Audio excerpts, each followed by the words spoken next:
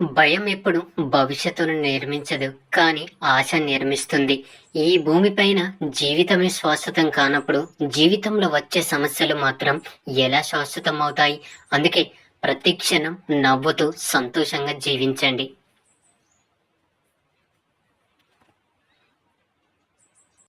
ప్రతి క్షణం మంచి కోసం బ్రతికితే ప్రపంచమంతా మీకు స్నేహితులే. ప్రతి క్షణం చెడు కోసం బ్రతికితే ప్రపంచంలో ప్రతి మూల మీకు శత్రువులే.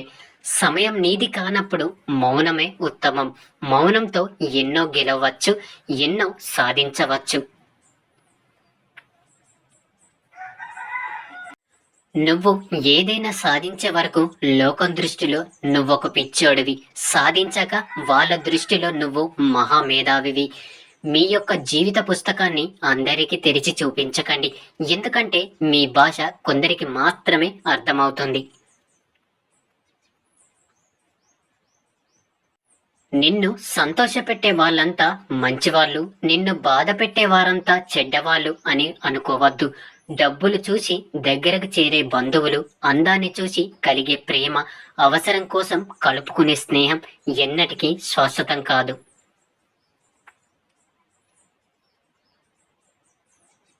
మీతో ఎవరు మాట్లాడకపోతే అది వాళ్ళ తప్పు. మీరు ఎవరితో మాట్లాడకపోతే అది మీ తప్పు. ఎవరైతే బానిసత్వానికి అలవాటు పడతారో వారు తమ బలాన్ని ఎప్పుడు గుర్తించలేరు.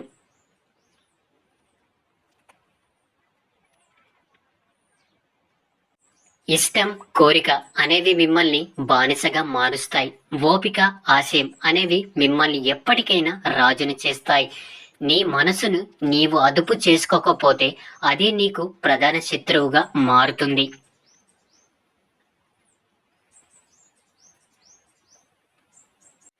ఇష్టం, కోరిక అనేవి మిమ్మల్ని బానిసగా మారుస్తాయి. ఓపిక, ఆశయం అనేవి మిమ్మల్ని ఎప్పటికైనా రాజుని చేస్తాయి.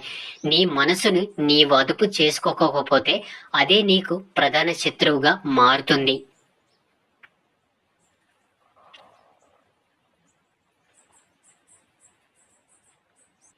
నేటి లోకంలో కొంతమంది మనుషుల వైఖరి ఈ విధంగా ఉంది. పైకి దీవెనలు, లోపల శాపనార్థాలు. పైకి ప్రేమ, లోపల ద్వేషం. పైకి మానవత్వం, లోపల రాక్షసత్వం. పైకి నిజాయితీ, లోపల నటన. డబ్బు అనే ఒక చిన్న రంగు కాగితం మనిషిలో ఉండే అన్ని రంగుల్ని బయటకు తీస్తుంది. నాకు తెలుసు అనుకోవడం పర్వాలేదు, అంతా నాకే తెలుసు అనుకోవడం మంచిది కాదు. ఎందుకంటే ఈ ప్రపంచంలో నీకు తెలియని విషయాలు చాలా ఉన్నాయన్న విషయాన్ని మర్చిపోకు.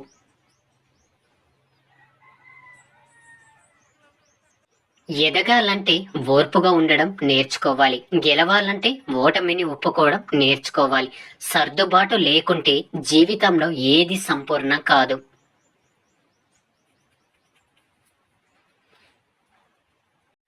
మీ జీవితంలోకి ఎవరు ఎప్పుడు వచ్చారు అని కాదు, ఎలాంటి పరిస్థితుల్లో అయినా మీతో ఎవరుంటారు అనేదే ముఖ్యం. ప్రతి మనిషి జీవితం ఒక తెల్ల కాగితమే. దాంట్లో వాళ్ళు రాసుకునే రాతను బట్టి వాళ్ళ తలరాత మారుతుంది.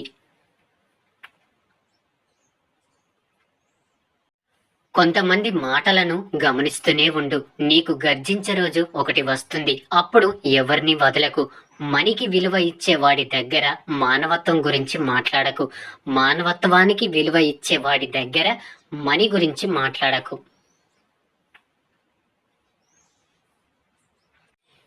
ఏదో ఒకనాడు తెగిపోతుందని తెలిసి కూడా తెంచుకోలేనంతగా బంధాలను పెంచుకోవడమే మనిషికి ఉండే పెద్ద బలహీనత.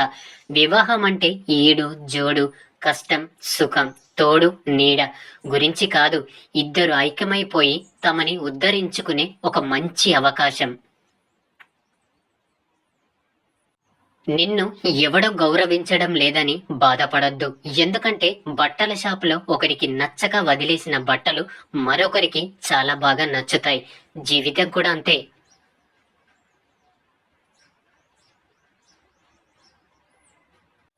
మనం సంతోషంగా ఉన్నప్పుడు అందరూ చేతులు కలుపుతారు, కానీ మనం కష్టాల్లో ఉన్నప్పుడు కొందరే చేయుతనిస్తారు. చేతులు కలిపిన వారిని గుర్తుపెట్టుకో, చేయుతనిచ్చిన వారిని గుండెల్లో పెట్టుకో.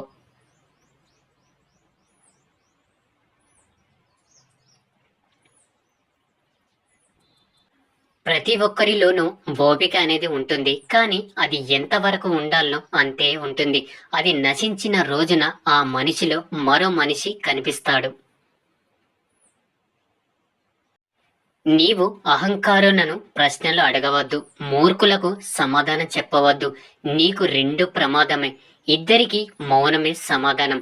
ఖర్చు విలువ తెలియకుండా భార్యని, కష్టం విలువ తెలియకుండా కొడుకుని, బంధాల విలువ తెలియకుండా కూతుర్ని ఎంత పెంచినా దండగే.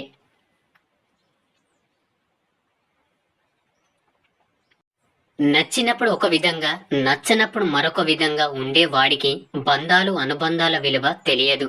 అలాంటి వాడితో ముడిపడిన బంధం కన్నీళ్లను మాత్రమే కానుకగా ఇస్తుంది.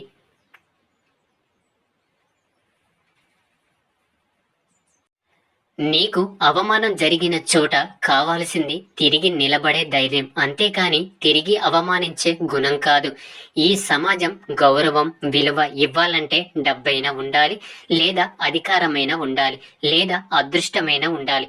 ఇది ఏమీ లేనివాడు ఎంత మంచివాడు అయినా సమాజం విలువ ఇవ్వదు. చెడ్డవాళ్ళు కౌగిలించుకోగానే మంచివాళ్ళు అయిపోరు. అలాగే మంచివాళ్ళు కోపడగానే చెడ్డవాళ్ళు కారు. మంచి అనేది మంచి మనసు నుండే తప్ప మంచి నటనతో రాదు.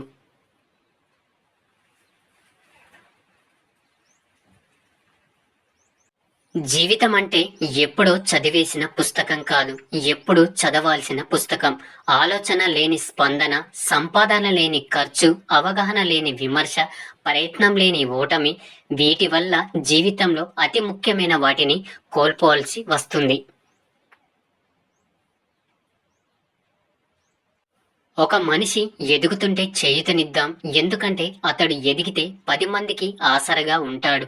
ఒక వ్యక్తి పడిపోతుంటే పట్టుకుందాం, ఎందుకంటే అతనిపై ఆధారపడ్డ వారు కష్టాల పాలవుతారు కాబట్టి. మీకు ఒంటరిగా ఉండడం నచ్చితే మీరు ఏదో ఒక గొప్ప సంకల్పంతో, ఏదో ఒక పెద్ద కార్యాన్ని సాధించడానికి ఈ లోకంలోకి వచ్చారు అని అర్థం. వాన కురిసి వెలిసాకే ప్రకృతి మరింత అందంగా ఉంటుంది. జీవితం కూడా అంతే. కష్టాలు, సమస్యలు దాటాకే జీవితం సంతోషంగా ఉంటుంది. మీ బాధకు కారణం ఏదైనా కావచ్చు, కానీ ఆ కారణంతో ఇతరులకు మాత్రం హాని చెయ్యకండి. శృంగారానికి ఎక్కువ కాలం దూరం ఉన్న వ్యక్తి తన శక్తి సామర్థ్యాలను గుర్తించి ఎదిగే అవకాశాలను వినియోగించుకుంటాడు. దానికి బానిసైన వ్యక్తి అన్నీ కోల్పోతాడు.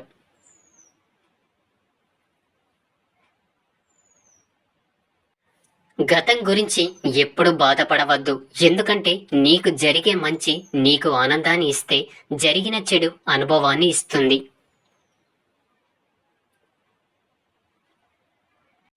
ఎదుటి వారిని వేలెత్తి చూపే ముందు నీ ప్రవర్తన ఎలా ఉందో, నీ మాట తీరు ఎలా ఉందో ముందు తెలుసుకో.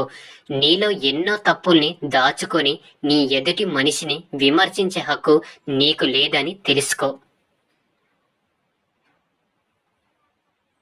100 మంది 100 రకాలుగా చెబుతారు. అవన్నీ పట్టించుకొని మనశ్శాంతి కోల్పోకండి.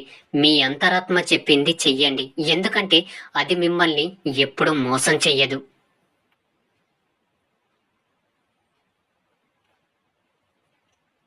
నీకు చెయ్యాలన్న తాపత్రయం ఉంటే ఏ పని అయినా సాధ్యమే. ఇప్పుడు ఎందుకులే అని బద్ధకిస్తే ఏదైనా అసాధ్యమే.